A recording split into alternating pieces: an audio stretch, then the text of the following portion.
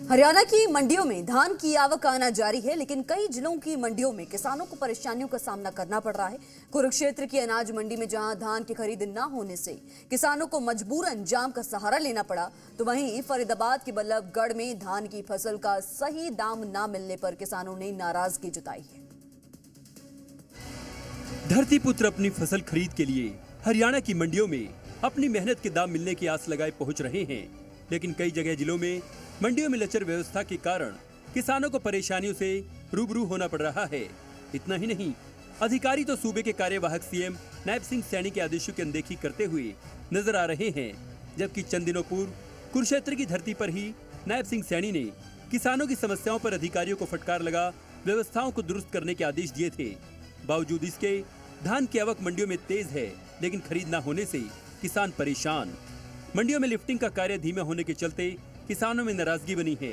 इसी के चलते किसानों ने मंगलवार को पिहोवा के गांव बोर सैयदा सड़क पर जाम लगा दिया, जिससे वाहन चालकों को काफी परेशानियों का सामना करना पड़ा।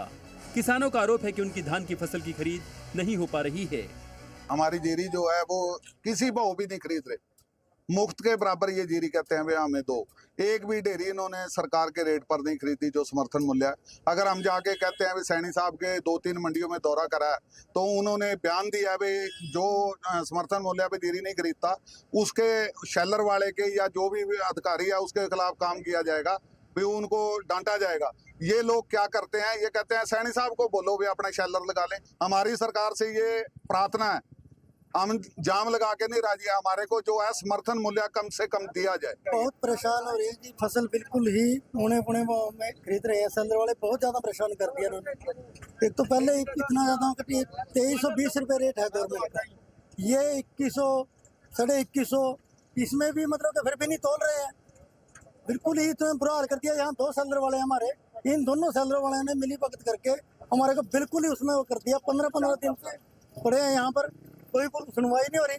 और रात को अगर जो ले भी ली 2100 में लेके भी उसको तोलते टाइम भी 8 बजे कंडा बंद करा देते हैं। इसमें मॉइस्चर आ गया जी, 16 मॉइस्चर की डेयरी भी 2100 रुपए में ले रहे हैं, जबकि 2320 रुपए का रेट है। वहीं दूसरी ओर फरीदाबाद के बल्लभगढ़ की अनाज मंडी में भी किसानों का विरोध जारी है।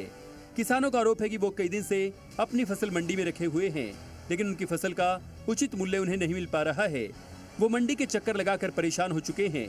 यहाँ के विधायक और जिला उपायुक्त भी अनाज मंडी का दौरा कर किसानों को उनकी फसल का सही मूल्य दिलाने का आश्वासन दे चुके हैं, लेकिन फिर भी व्यवस्था में खामियां किसानों की परेशानी का सबब बनी हुई हैं। किसानों का कहना है कि मंडी में धान कब तक रखी रहेगी उन्हें खुद नहीं पता। किसानों को अब चिंता सताने लगी है कि आखिर उनकी फसल का सही मूल्य कब तक मिल पाएगा। तो वहीं मार्केट कमेटी के सेक्रेटरी इंद्रपाल सिंह ने बताया कि किसानों की सुविधाओं को लेकर बेहतर इंतजाम किए गए हैं।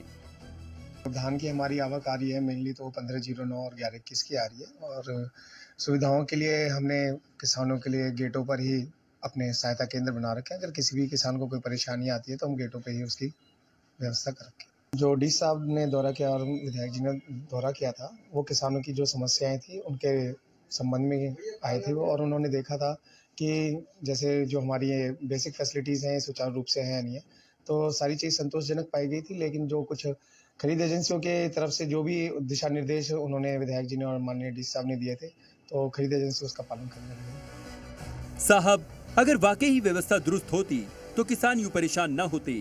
देखना ये होगा कि किसानों की परेशानी कब तक दूर हो पाती है। कुरुक्षेत्र से दर्शन कैद और बल्लभगढ़ से अमित चौधरी की रिपोर्ट, जी मीडिया।